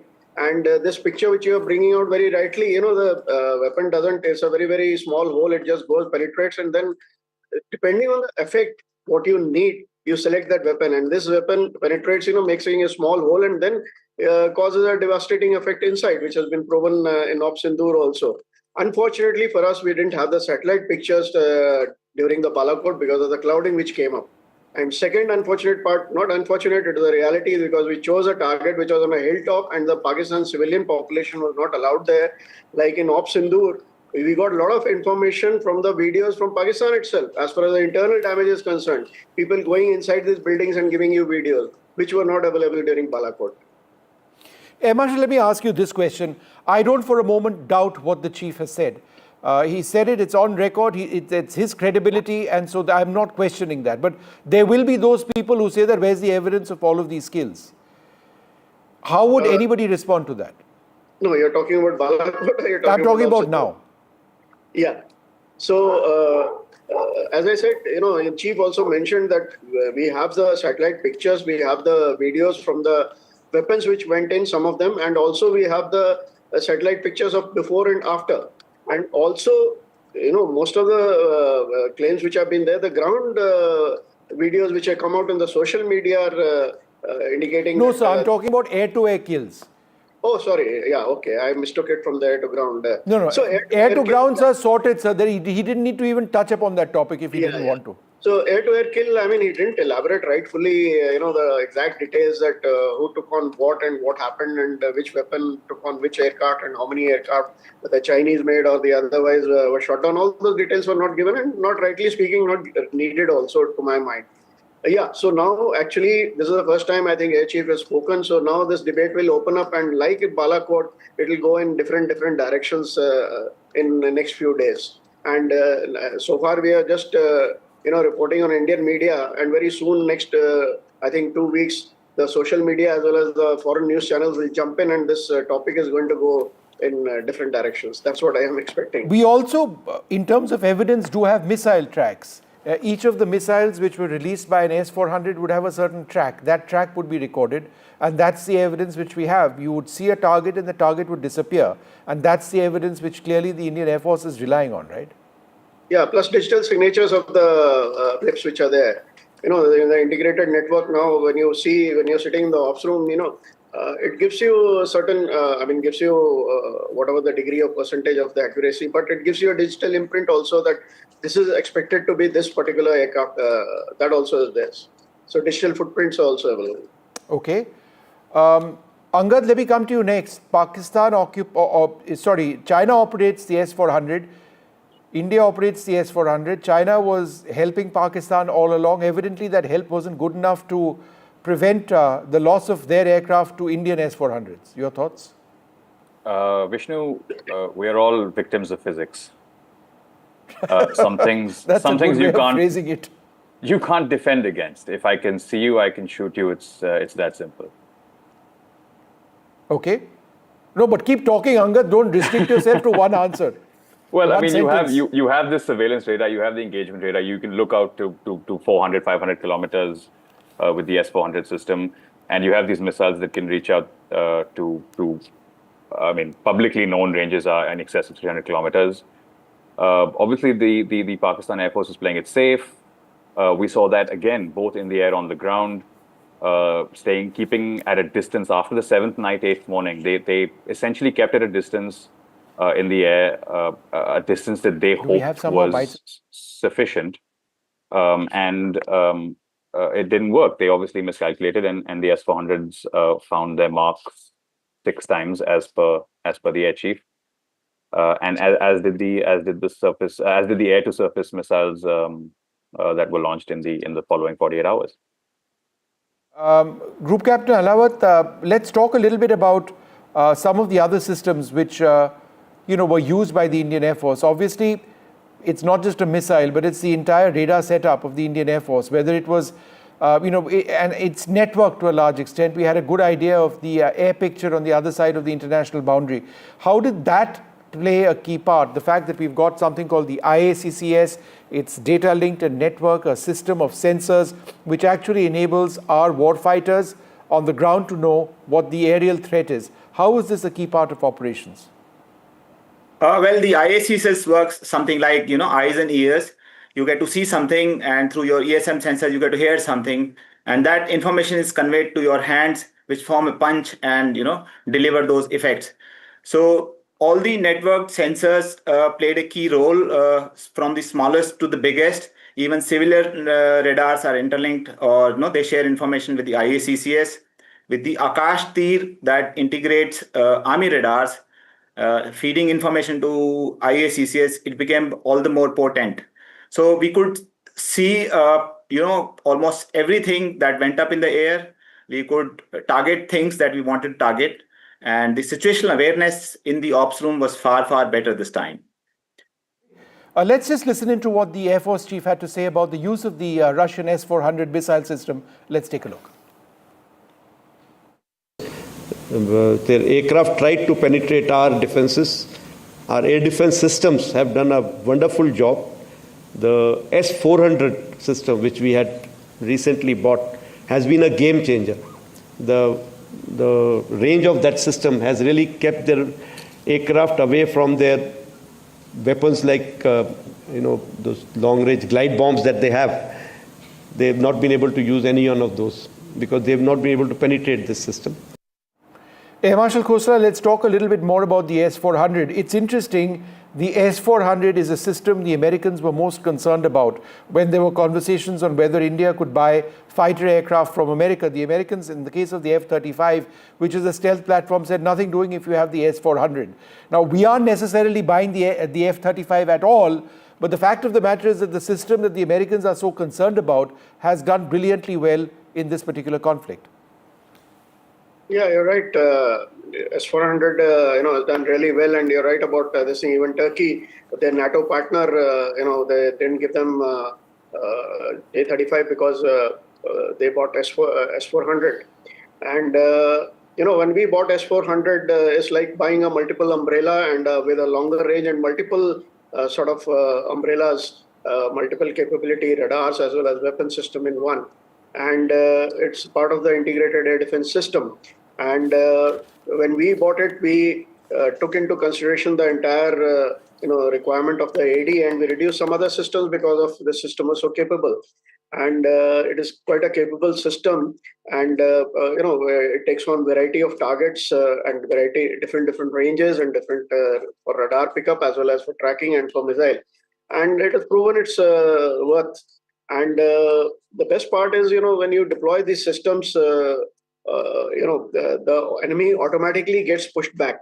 So, like Chief also brought out, and very rightly, in Balakot, they could manage to put some glide bombs on our military targets, which are about 80-kilometer range. But this time they couldn't do it because they were pushed back because of the S-400. So it's a deterrence in itself. And having said that, also these systems become the prime target during the these wars and these conflicts, because you want to blind the enemy as well as you want to attack the air defense system to create gaps also. So they become a they become a target themselves also. Like we did we destroyed 2 of their SAGW systems in Lahore and one more place. Group Captain Alawat, there's a lot to be said, would you not agree, sir, about the importance of India's strategic autonomy? I mean, it's all very well for America to say they continue to import Russian weapons, but heck, they work for us. It's unbelievably well how it's worked. So we will pick and choose what we want from wherever we want it, with obviously the priority being that we make it in India and we get our own technologies up. But that strategic autonomy as a basic policy served us well. Obviously, see, if we still nurse the desire to be a regional power or global power, eventually we will have to start producing stuff at home. But till we get there, we will have to import. Imports are necessary evil. And where we buy stuff from depends on what we need. We buy equipment from United States, we buy equipment from Israel, we buy equipment from Russia. Obviously, we'll pick equipment that fits our needs. So yeah, you can call it autonomy, but you could also call a deficiency in our own homegrown systems. Look at LCA. First flight 2001, and in 2025, Exactly right. even the first 40 are not delivered. I just wanted to go back to General Sharma in a second from now, but first let's listen in to what the Air Force Chief had to say about that interesting conversation between the Pakistani Director General of Military Operations and our DGMO. Let's listen in. I can say that it was, more of the high-tech war which was fought. In about 88, 90 hours of war, we were able to achieve, so much of damage to their system that it was very clear in their mind that in this current situation, if they continue, they are going to continue paying for it more and more. So they have come forward and sent a message again through DGMO कि हम बात करना चाहते हैं, and which was accepted from our side. That is, General Sharma, the bottom line. It was they decided to, cut down hostilities. There's no Trump involvement or anything over here. It was their DGMO, the same DGMO who, 80 hours earlier, had told our DGMO that, no, sorry, we're going to hit you really hard. That same gentleman came back and said, no, we've had enough. That's what Op Sindoor ultimately boiled down to, right? Okay, allow me to make 2-3 points before I answer your question. One is that it was an ground to air missiles which were fired, no air to air, which, as the air chief said, which is S-400, which created the envelope of 300 plus kilometers, exactly like what we thought PL-15 did for us on the first night, where they created a larger envelope for their own air defense. Now, having said that, there is also issue of authentication. Even if we had announced it on the first day that we had 5 and 6 kills done, and we are still authenticating it, that would have been sufficient of a message being conveyed that we have had air kills in addition to the ground kills which were done by the missiles on BrahMos. Two of these most success stories in this entire Op Sindoor is, one is the BrahMos, which is also a Russian origin missile. And of course, now we talk about S-400, which are also Russian origin missiles that have actually been the game changers in the entire Op Sindoor, and we must recognize it. Now, to answer your basic question about President Trump, well, I would say certainly that there was no brokering of peace. We won't say that Nawaz Sharif's visit to in Kargil times was brokering of peace when he visited President Clinton, if you recollect, on 4th of July, or subsequently when Musharraf's hands were twisted and Musharraf made a statement in Op Prakram that I will not do any terrorism. Here also there was no brokering, but the Americans did try some kind of facilitation with all the conversations that happened with Marco Rubio, or the conversation that happened with Pete Hegseth and J.D. Vance. Finally, it had to be the peace had to be brought about only by the DGMO, Pakistan DGMO, having accepted that the damages being caused by the Indian Air Force to Pakistan is so credible and so large that the peace will be the only answer. So the type of facilitation that Americans were trying for 3 days wasn't exactly so successful. It was mutually between us. All right, let's listen in also to another aspect of this. This is the political remarks obviously made by Rahul Gandhi in Parliament, saying that the hands of the Indian Air Force were tied. And here's how the Indian Air Force Chief responded today. Meaning you went into Pakistan, you attacked Pakistan, and you told our pilots, do not attack their air defense system. Meaning you told our pilots, go and attack and face the air defense system of Pakistan. Meaning you tied their hands behind their back. Because he has the blood of the people of Pahalgam on his hands, the goal of the exercise was to make sure that he used the Air Force to protect his image. The forces should be used with freedom. If you want them to be used, you want to unleash a tiger, free him. Do not tie his hands behind his back. Do not go to the Pakistanis and say, listen, don't escalate. Then go all the way. Then fight properly and defeat them once and for all. Our objective was very clear. Our objective was to teach the terrorists a lesson that they will think twice before doing something, or they know what kind of price they can pay. And once we have achieved those objectives, we should look for all windows of opportunity to stop that, rather than just continue. We were actually on a song that night. I hear from so many people. I don't want to say that, but some people very close to me have said, "Aur marna tha." I'm telling you that. But can we continue to be at war? No. Why should we be at war when we can avoid it or we can stop it? Now we have to make sure that we remain steadfast, that should we need to again do something, we are not found wanting. But what to do, that call will be taken at much higher level. पहले 100% political will होनी चाहिए, और दूसरा, अगर आप सेना का प्रयोग करना चाहते हो तो आपको फुल फ्रीडम ऑफ ऑपरेशन देना पड़ेगा। जनरल मानेकशॉ ने इंदिरा गांधी जी से कहा कि मैं ऑपरेशन गर्मी में नहीं कर सकता हूं, नहीं करूंगा, मुझे 6 महीने चाहिए।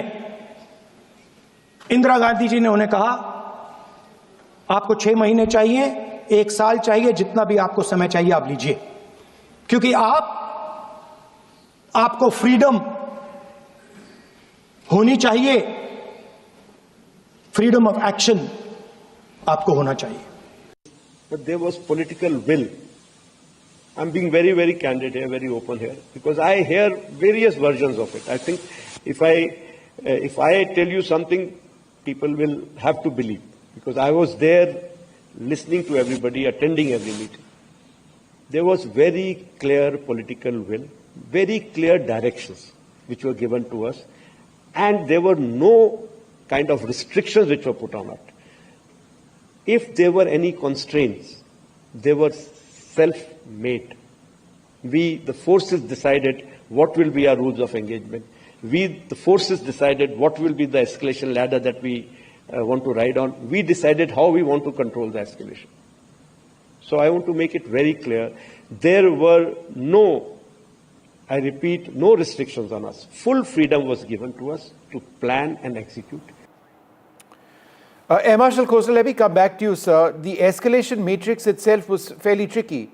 What the Indian Air Force Chief felt obliged to actually do was go up that escalation matrix substantially.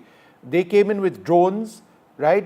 We responded with drones, but then when they decided to send in even more drones, we hit them very, very hard. That comes with risks, but it also comes with courage and a firm idea of what the enemy is thinking or may do. How would these decisions be very difficult to take? Yeah, so this decision is a collective decision of the hierarchy, and keeping various factors in mind. I mean, I don't want to go into full detail of it, but this is an important decision. And if you see in Op Sindoor also, that 88 hours, 3 phases when you change it, analyze it into, we kept giving a window open for the Pakistan to stop the activities, but they kept escalating. And finally a time came when we realized that they're not taking that opportunity or that window which we are providing, and they are continuing to increase, and something needs to be done at a much bigger level to make them realize. And that is when the phase 3 happened, where the attacks from the airfield came up. Vishnu, if you give me 1 minute, what we heard Chief saying, and we discussed about Trump and this thing, I just want to bring in perspective, a much broader perspective. India has been following this policy of strategy of punitive deterrence as far as terrorism is concerned. Uri was, rap on the knuckles, so Balakot was, slap on the face, the Op Sindoor was, punch on the nose. Correct? So it is evolving. Now, will this, in the long run, prevent Pakistan from following its policy of bleed India by 1,000 cuts in terrorism? That is the broader question. Why I'm bringing out this is, we mentioned Trump. Now, Trump with the tariff warfare and plus, warming up to Pakistan now. with having lunch with Asim Munir and giving anti-India statements about oil refineries and whatnot. The Pakistan is getting encouraged. Asim Munir is already making statements. The next time we'll start from the east and things like that. So broader question is, what happens next? Will it prevent them from in future or not? That is a bigger question. General Sharma, I think the Air Marshal has a key point that, Op Sindoor we may have done really well, but it's not the end of, it's not likely to be the end of terrorism at all. Two issues here. See, the ballistic missiles in larger way did not come into play. And we must not discount that Pakistan has got a large number of ballistic missiles, ranges up to 1,500 kilometers, and we too have it. So the war that was fought was in kind of proximity to the international border, and it was within 300 kilometers of each other, or at least that was a gap between them, and that's what we hit also. So the possibility of escalation going to Shaheen series or Ababil series or Gauri series or Ghazni series exists. We too have that kind of prowess to fire against them, and it could have escalated. It did not do so, but that the wherewithal exists on both sides to escalate, even in this manner of air warfare. So that's the one part of the story. The other issue that you are raising rightly is that there is a, whether it is a further escalation. And your question, I think, was related to escalation, was it, Vishnu? Yeah. So, see, how does it happen in matters of terrorism? Over a period of last 30 years, we know the Pakistani controls the tap of the terrorism. Sometimes it's allowed to escalate to a level where it brings it to a boil, and many other times for a couple of years they bring it down. It relates to their internal situation inside Pakistan, where it is necessary that to bind their own country, they have to create the J&K bogey and the terrorism issue and the people of Kashmir suffering to their own people. Sure. So presently, after this time, the tap has been little closed. So the terrorism, what has been happening... And I think Pakistan would also know, and because our Prime Minister and everybody else have repeated this about 50 times, if you do this to us again, then we are going to hit you back. So I think that's absolutely part of our policy. Now, look, gentlemen, I'm out of time. I'd like to thank you all very much for being with us. It's been a fairly incredible day. The Air Force Chief coming clear with exactly how many Pakistani aircraft we shot down. There were 6 of them, 6 aircraft shot down. He stated this on record, including an AWACS platform, which is very precious. And of course, Pakistani aircraft, including F-16, likely lost on the ground as well. That's what he's also spoken about. We'll leave it there. A lot more coming up right here on NDTV 24/7. Shiv Aroor has a very special interview as well with John Spencer on the remarks made by the Air Chief and the implications. That's up next.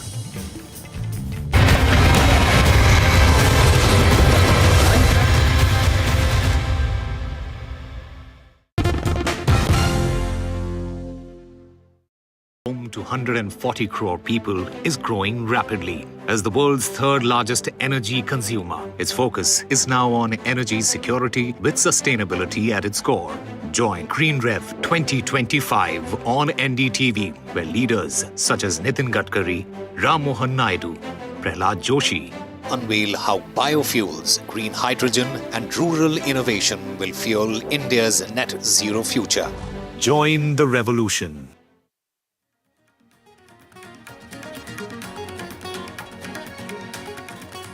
The big NDTV news break. Air Chief Marshal Amarpreet Singh confirms that the Indian Air Force hit 6 Pakistani jets during Operation Sindoor.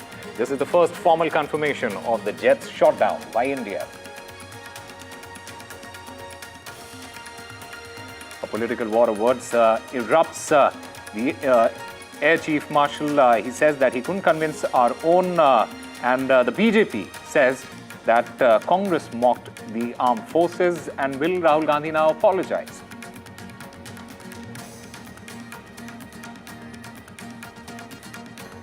The Nabanno Abhiyan rally clashed with cops. The protesters were lathi-charged then, and the Ajikor victim's mother was injured.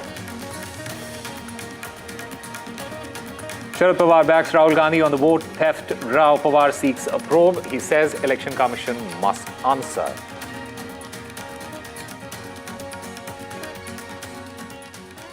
Presented by Canara Bank. Together we can. Rajasthan is history, culture, and much more. And I have been reporting on all things royal for more than 25 years. The colors, the culture, and the complexities of the Northeast is different from the rest of the country. I have been bringing the Northeast closer to the capital for over 15 years. Madhya Pradesh is the heart of India, and I have been capturing its every beat for over 10 years, covering the corridors of power, what is said, what is left unsaid, and what it actually means for you and me. I have it all covered. Kashmir is often called paradise on earth, a region that has been in a state of flux from conflict to India's crowning glory. I have been reporting and decoding Jammu and Kashmir for last 3 decades.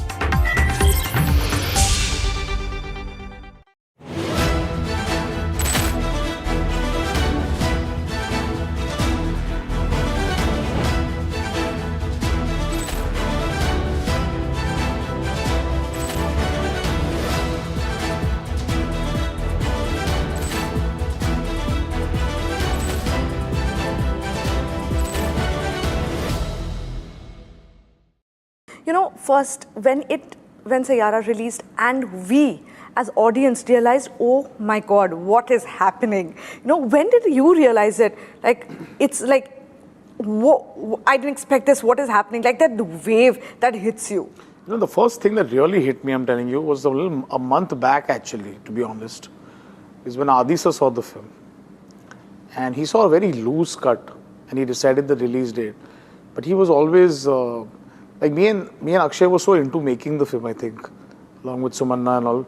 Sometimes when you're so into it and you don't realize, you don't see it from, and then he saw it from a third person perspective. I mean, he was always super confident about the film. And he had actually had this talk with me about how I've done. And yeah, we all grew up. I was in the 8th grade when I saw Dilwale Dulhaniya Le Jayenge and said I want to make a love story like this. For a person like him to say that, you've made a great film. All he had asked for me was to make your best film for me. And I did, and I'm just glad that, so that was the first thing, and that validation was great. I wasn't shouting over the roof for it. It gives you a lot of confidence at that moment, Absolutely. for the person who's actually put his money where it is, and he wasn't talking about anything else, but on a very unassembled film at that time, could feel the emotion and be listening. But it was the first time we felt that we made something special. But yes, once the numbers came in, I think then it was Akshay. The advance. Yeah, and the advances came in, and then people were sending me messages, and all they said, no, don't listen to anyone. So I at one point just put my phone off and said, this is getting too out of hand. And then in the night we got the number.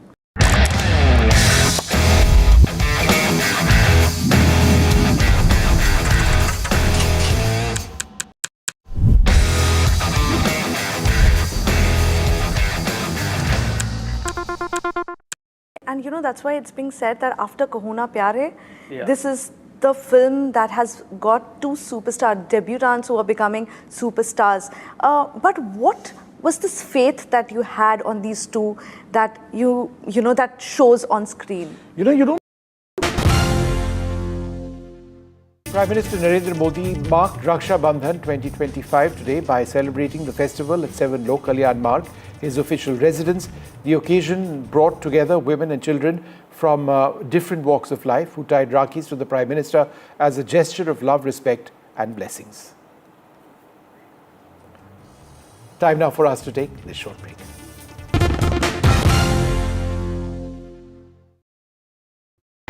NDTV 24/7 is India's #1 English news channel on YouTube.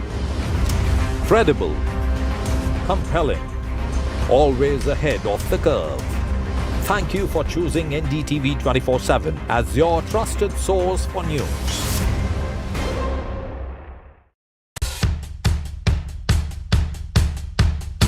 The markets move fast. And so should your portfolio. Expert insights, real-time stock picks. Do I buy Ola? Should I hold CDSL for the long term?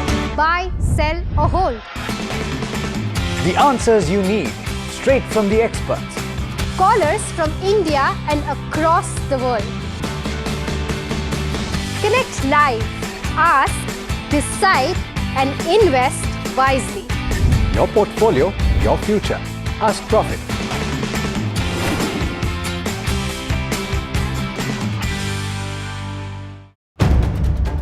If it matters to you, if it matters to you, if it matters to you, it matters to India. It matters to India. And it matters to me. And it matters to me. India Matters with Shiv, only on NDTV 24/7.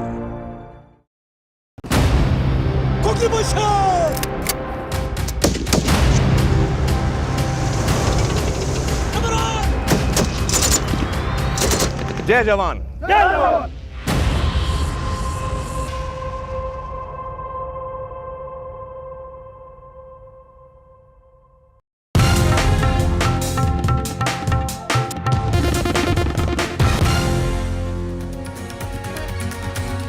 Mohit, you are known for your music. All your films, musics stay with us till today. I'm a millennial and those music are kind of music. So whenever we say Mohit Suri film aa raha hai, we know the music will be good, right? It's a given. So you really work hard. But is this always like how you create your music? You need everything in place, the mood, the lighting, even when the person is in the studio and just singing. And also, how did you select your musicians that this person's voice is perfect for this song? That's what I think, the amount you give to a song, that's how long it will last, I think. Everyone does the programming, everyone writes the words, everyone makes the thing. But the thing is how much you give, how much of heart you give to the lyrics or to the music or to the melody or to the singing. That's how long the song will last, is what I genuinely